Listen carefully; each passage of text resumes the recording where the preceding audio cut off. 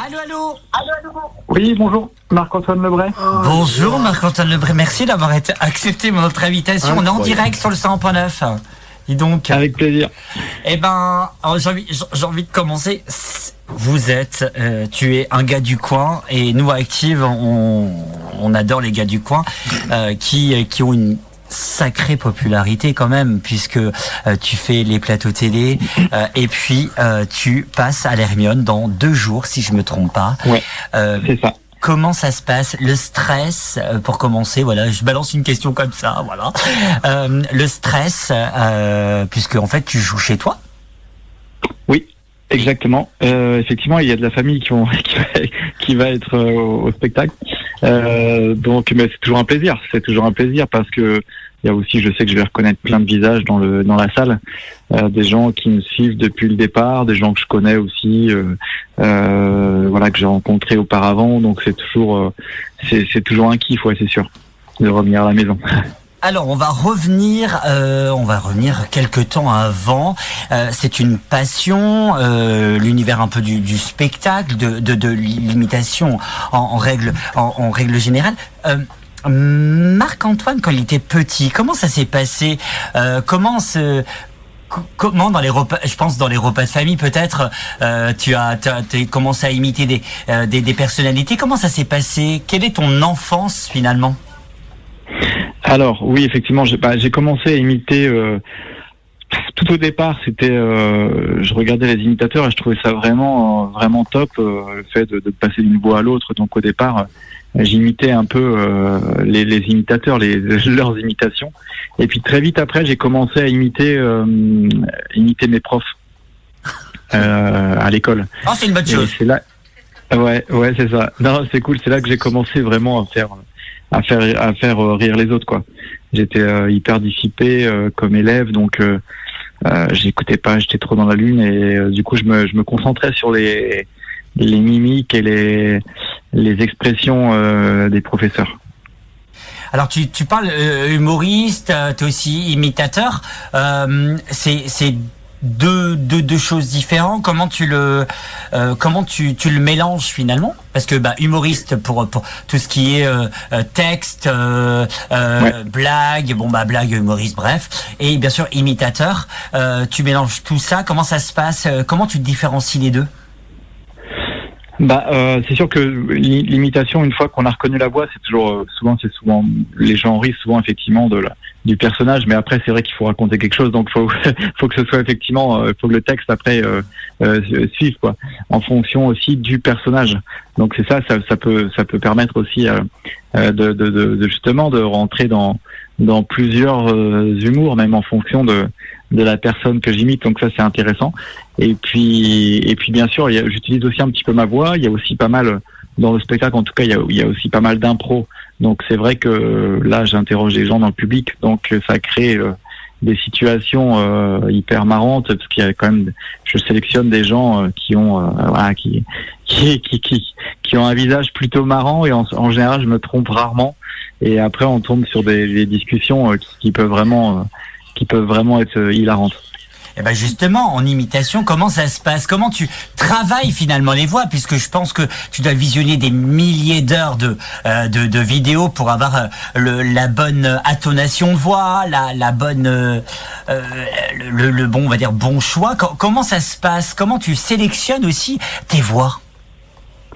Alors, je regarde effectivement, ouais, j'ai regardé surtout aussi au départ beaucoup de vidéos. Effectivement, aujourd'hui, j'en regarde encore, mais c'est vrai qu'au départ, c'était un travail colossal. Et puis après, au fur et à mesure, j'arrive à avoir une technique entre guillemets pour aller un petit peu plus vite quand j'observe des nouveaux personnages. Mais c'est quand même un travail effectivement de fond où il faut quand même de temps en temps réécouter aussi des anciennes vidéos pour pas s'éloigner de la voix. Et puis après les personnages aussi, avec l'âge, ça commence à faire un moment que je fais des imitations, donc avec l'âge aussi, la voix parfois elle se modifie aussi un petit peu, pour moi d'ailleurs et pour les personnages. Donc il faut toujours regarder. Et puis quand je fais une nouvelle voix, j'écoute des extraits Là, j'ai imité Bruno Le Maire. Je le faisais pas auparavant. Et là, comme il a sorti un livre, etc., qui a fait un peu de polémique, etc. Ah bah carrément, donc, oui. Voilà. Et du coup, j'ai travaillé. Donc, je l'ai fait pour la première fois ce matin. Donc, j'écoute des extraits et puis après, je réécoute. Et là, je vais encore la peaufiner, la voix, parce que ça s'améliore toujours avec le temps. Est-ce que tu parles de Bruno Le Maire comme d'autres personnalités. Est-ce que tu as eu des retours de personnalités que tu imitais en bien comme en mal, bien entendu? Ouais, bah après pour eux c'est toujours un peu délicat effectivement d'avoir un retour sur eux. Mais en général, ce qu'ils me disent c'est que ils me disent mes amis disent que tu imites bien. Parce que c'est pas facile, je pense, d'avoir un retour sur soi. C'est quand même moi je sais pas si on t'imitait ou moi si on m'imite, je pense que c'est pas facile de dire après derrière est-ce que je suis bien imité. Déjà on reconnaît pas forcément sa voix, on l'entend pas toujours. Bon là on travaille dans des métiers de radio, toi et moi, mais c'est vrai que les gens parfois on s'entend pas parler, donc c'est compliqué aussi, je pense, carrément de pouvoir avoir un retour sur sa voix. Donc je leur en veux pas. Parfois ils sont toujours un peu surpris. Ouais. On parle bien sûr d'une personnalité qui, je pense, a changé aussi un petit peu ta vie. C'est bien sûr Laurent Chandemerle, qui t'a propulsé au niveau des médias et si je me trompe pas, de grandes personnalités. Comment ça s'est passé votre rencontre finalement d'un univers local, parce que Laurent Chandemerle est quand même personnalité à Saint-Brieuc ou même en Bretagne connue, de personnalité locale finalement à personnalité nationale? Laurent, il faisait c'est vrai que c'est lui qui m'a donné entre autres envie de faire ce métier avec Laurent Gérard, etc., et Sandrine Alexis, les imitatrices et imitateurs. Mais c'est vrai que Laurent, au départ, moi je l'avais vu, j'avais 11-12 ans, et il était dans une émission qui s'appelait Graines de Star. Ah oui, c'était sur M6 à l'époque, avec. Ouais, il faisait cette émission-là, ouais. Laurent Boyer. Avec Laurent Boyer. Ouais, avec Laurent Boyer, voilà. Voilà, pour les vieux de la vieille comme nous, c'est. Carrément, oui, je me rappelle du vieux plateau un peu pourri, un peu noir. Je sais pas quel âge tu as. 27 ans. 27 ans. Bon, ça va. Toi, t'es plus jeune que moi, mais c'est vrai que Laurent Boyer, bon, c'est l'équivalent de, je sais pas, moi aujourd'hui, qu'est-ce qu'il y a comme émission c'est pas The Voice parce que c'est pas les mêmes délires, mais bon. Mais bref, c'était une sorte de télécrochet. Je cherchais La France, un incroyable talent. Oui, carrément. Ah, mais je suis tout à fait d'accord avec toi. Ah, oui, voilà, c'était un peu le même principe. Donc, et c'est vrai qu'il était, lui, il faisait des imitations, donc il y avait des chanteurs, il y avait un peu de tout.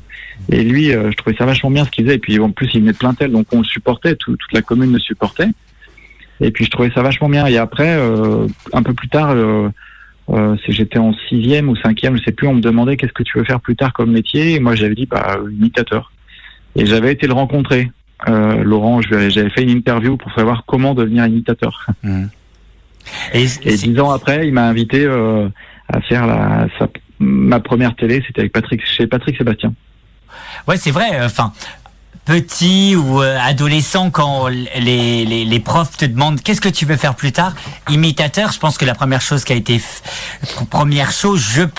c'était oui, mais non mais réellement, c'est quoi ton vrai métier que tu veux faire finalement? Je pense qu'il y a eu pas mal de refus par rapport à tes professeurs. Bien sûr, c'est vrai que oui, c'est sûr que c'était un peu ça. En plus, c'était maintenant il y a un moment, donc c'était une époque, entre guillemets, où aussi côté artistique, ça a toujours été un peu genre, waouh. Aujourd'hui, c'est quand même un petit peu moins parce qu'aujourd'hui, le côté artistique, il y a beaucoup de gens qui se développent sur Internet, etc. Mais moi, c'est vrai qu'à mon époque, il n'y avait pas Internet, donc c'était vraiment les artistes, c'était c'était cloisonné, il y avait quelques artistes et puis c'est tout quoi. Et puis genre, quand on disait qu'on voulait être artiste, c'était on était un illuminé ou alors juste on rêvait, etc. Donc les profs, ils me disaient oui, mais ils trouvaient ça un peu bizarre quoi. Ils disaient limite, et comme vrai métier, tu veux plutôt faire quoi? Voilà. Donc voilà, je comptais vraiment faire ce métier à ce moment-là. Après, je suis passé un petit peu à autre chose. J'avais fait quand même des premières scènes à cette époque-là. Et puis après, je suis passé un petit peu à autre chose et c'est revenu vers le lycée. Et là, c'est plus les élèves qui m'ont motivé en fait à faire ce métier. Je savais pas quoi faire. Et comme j'imitais naturellement presque les professeurs, ils me disaient mais c'est trop bien et tout, tu devrais en faire ton métier. Et c'est là que j'ai commencé à travailler un peu d'imitation. Et justement, est-ce que les professeurs qui t'ont dit oui, change de métier ou trouve autre chose, enfin c'est une passion, sont venus voir ton spectacle? Bonne question. Alors ça, je sais pas. Je sais pas. Je sais pas s'ils sont venus. Je sais qu'il y a des professeurs qui sont venus, mais pas. Je dirais pas les premiers. Je sais qu'il y a un prof qui a fait semblant de pas me reconnaître. Ah oui, c'est le fameux prof. On a tous un prof où quand tu le croises dans la rue ou autre part, oh là là, je sais pas qui tu es. Non, moi je me souviens plus. Alors que bon, ouais, c'est pas grave. Après, je m'en fiche, mais bon. Alors que bon, ça m'étonnerait qu'ils se souviennent plus. C'était pas très vieux, mais bon, bref. Pour le coup, c'était en terminale, donc là, mais bon, c'est pas grave. C'est comme ça. Après, moi, j'ai pas de compte à rendre ni rien. Mais après, bon, je me mets aussi parfois des fois à leur place aussi. C'est ça que j'étais un peu dans la lune comme élève, etc. Donc c'est pas facile de se dire bon lui plus tard il va être sur scène, etc. Mais après c'est vrai que c'était un peu parfois j'ai eu quelques professeurs qui étaient un peu comment dire pas condescendants mais un peu presque ils me prenaient vraiment de haut en disant mais qu'est-ce que tu vas faire de ta vie, enfin faut vraiment que tu travailles. Et ça je pense que c'est un peu difficile pour certaines personnes, effectivement, parce qu'on ne peut pas juger les élèves sur leur capacité d'écouter à l'école, etc. Moi, par exemple, après, j'ai été diagnostiqué TDAH, c'est-à-dire que c'est les troubles de l'attention, et j'arrivais pas à suivre les cours ni à lire un livre sans penser à autre chose, sans m'évader, sans rêver. Bon, bah voilà. Après, c'est des choses que bon, c'est pas facile de détecter, mais on n'est pas non plus tous faits pour les études. Même si j'encourage effectivement tout le monde à faire des études, mais moi je n'y arrivais pas en fait, donc j'aurais bien aimé faire des études, mais je n'y arrivais pas. Eh ben écoute, on a au moins un point commun. Je suis plutôt d'accord avec toi sur troubles de l'attention, etc. Où on te demande de faire un travail ou etc. Bah t'es pas du tout dans le travail, t'as autre chose, dans ta tête t'as autre chose à penser. Et moi je te rejoins parce que je vis la même chose que toi. En tout cas. Par rapport à ça. On parle aussi... Tu t'en es sorti, ça va. Ah oui, bah écoute, toi aussi tu t'en es bien sorti. Voilà. Puis je me permets mais c'est bien, non, mais pour les enfants, et c'est bien pour les parfois il y a des gens qui me disent ah ben ouais, mais c'est bien parce que mon fils, etc. Je doute parfois, etc. Et en fait, il faut aussi laisser la chance aux enfants et arrêter aussi c'est pas parce qu'on n'est pas forcément bon à l'école, etc. ou en échec scolaire qu'il faut qu'on pense qu'on va rien faire de notre vie. Il faut juste faire ce qu'on a envie de faire. Voilà. C'est le plus important. L'envie d'avoir envie. Comme disait Johnny. Comme dira un certain célèbre Johnny Hallyday. Tu as fait 6 ans, et ça, je te tire mon chapeau, au Guignol de l'info de Canal+, ouais.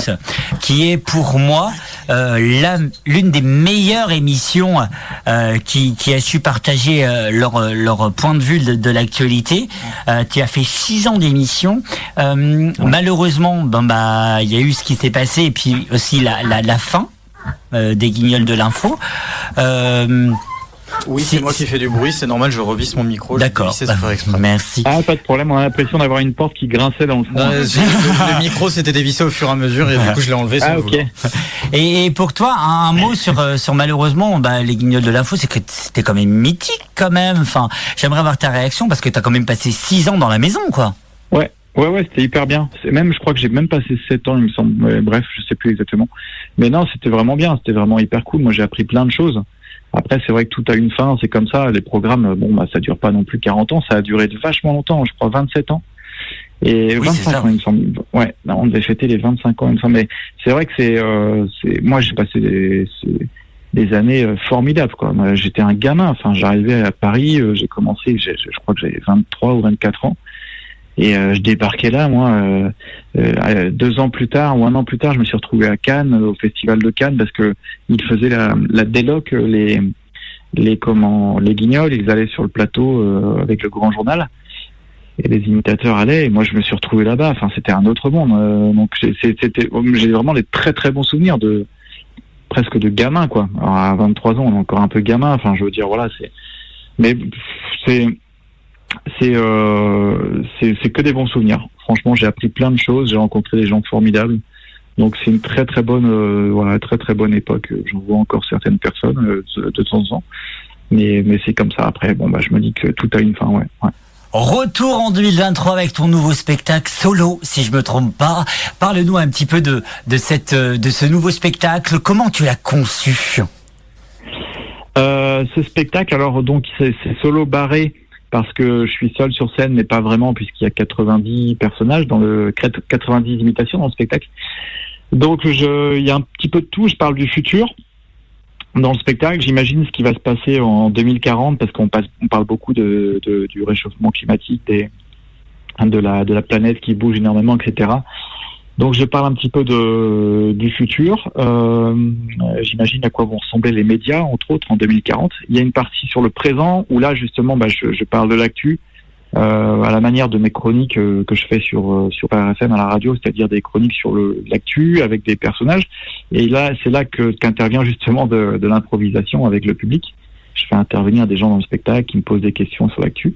Et ensuite, il y a des sketchs, des parodies. Donc il y a un petit peu de tout, de la politique. Il y a des sportifs, des personnages de télé, etc. Donc il y a même des youtubeurs aussi. Donc il y a vraiment de tout. Et puis c'est vrai que voilà, j'ai cet avantage-là, c'est qu'il y a un petit peu de tous les âges dans le spectacle, donc il y a aussi bien des personnes âgées que des jeunes, des gamins des fois, donc c'est vraiment cool. Alors on rappelle bien entendu. Écoute, on va rappeler bien sûr tes prochaines dates, Guy Pavas. Ce sera demain, si je me trompe pas. Ouais, demain soir. Demain soir. Guy Pavas, ouais. Saint-Brieuc, bien sûr, à l'Hermione, ce sera vendredi. On a aussi à Plumeur le samedi.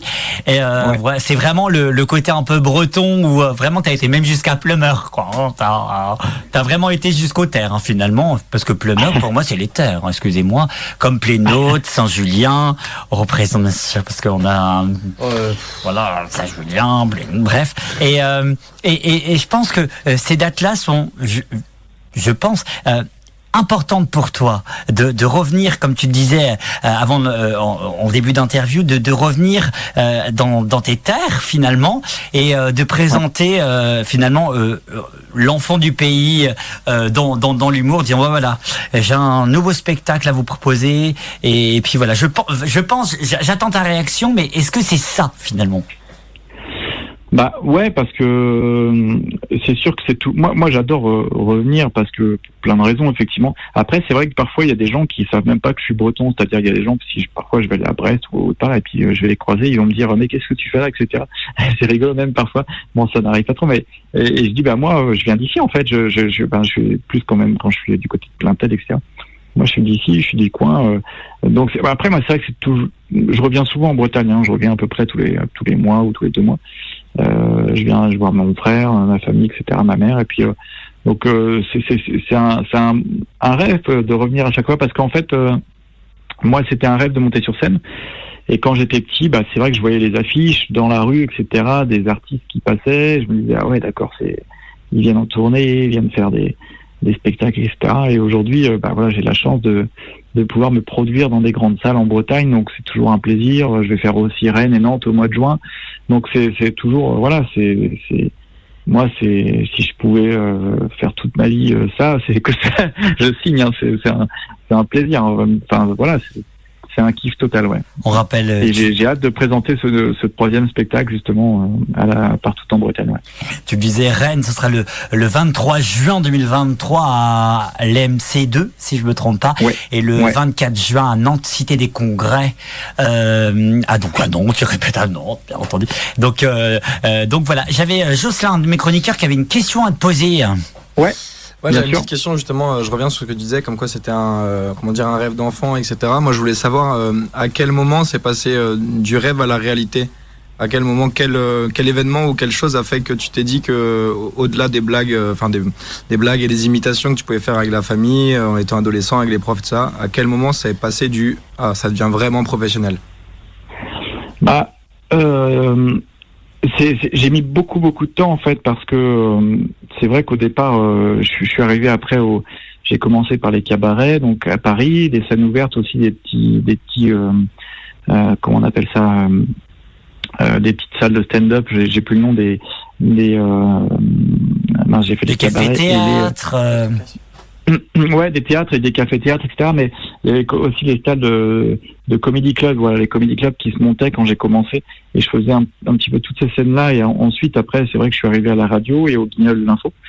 Donc c'est vrai que quand je suis arrivé dans les médias européens, c'était la même année avec Canal+. Là, je me suis dit ok, d'accord, en fait, là. Je suis dans le métier, etc. J'ai mis un pas dedans, quoi. Mais j'ai quand même mis du temps avant de me dire que ça y est, j'en faisais ce métier, parce que comme si c'était pas vrai, quoi. C'est ce truc de, attends, je travaille vraiment pour Canal+. Je suis vraiment. Donc il y a vraiment eu quelques années pour se dire, mais ouais, mais ok, je fais bien ce métier, donc je suis bien là, effectivement. Ouais, c'est vrai que je me suis même parfois sur scène encore, je me pose la question en plein milieu de spectacle, et je me dis, mais attends, mais les gens, ils sont venus me voir là, ils viennent me voir sur scène et tout ça. Je me posais pas ces questions. Ouais. Ok, d'accord, nickel. Un peu il y a beaucoup d'artistes qui me parlent de ça, tout ce qui est syndrome, etc., de demander est-ce que c'est vraiment ça, est-ce que c'est vraiment moi, tout ça. Donc, okay, je me vois un petit peu. J'avais d'autres questions également. C'est là sur le prochain spectacle ou les autres spectacles. Est-ce qu'il y a comment dire, une imitation ou il y a un artiste que tu aimes faire en particulier, ton petit péché mignon de scène, un carrément. Truc que tu te dis celui-là je le fais, c'est vraiment pour moi. Ah, ça dépend. C'est souvent les imitations plutôt récentes. Là, il y a eu Paul Mirabel que j'imite depuis pas très longtemps. Jeff Tuch aussi, c'est pas très vieux. Ça fait toujours plaisir d'imiter un Jeff Tuch, c'est toujours agréable, quoi. Qui c'est? J'entends qu'il se mord derrière. Ah, ça y est, il y a du monde dans le studio, ça rigole à longueur. Moi, j'ai un fait pour Didier Deschamps. Il est incroyable. Ah, écoutez, les gars, je sens que j'ai l'impression qu'il y a un bon groupe derrière.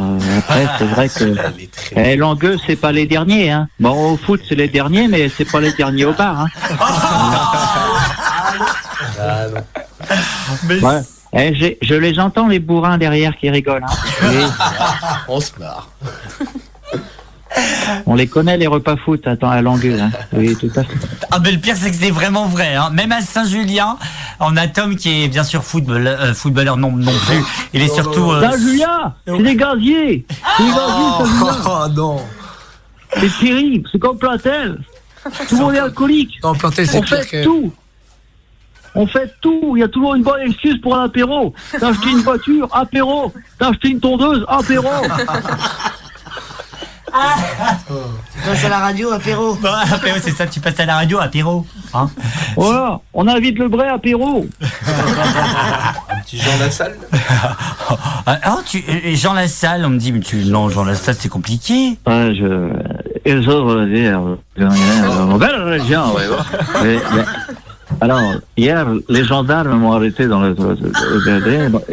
Vous ne m'avez pas félicité pour ma grossesse radioactive.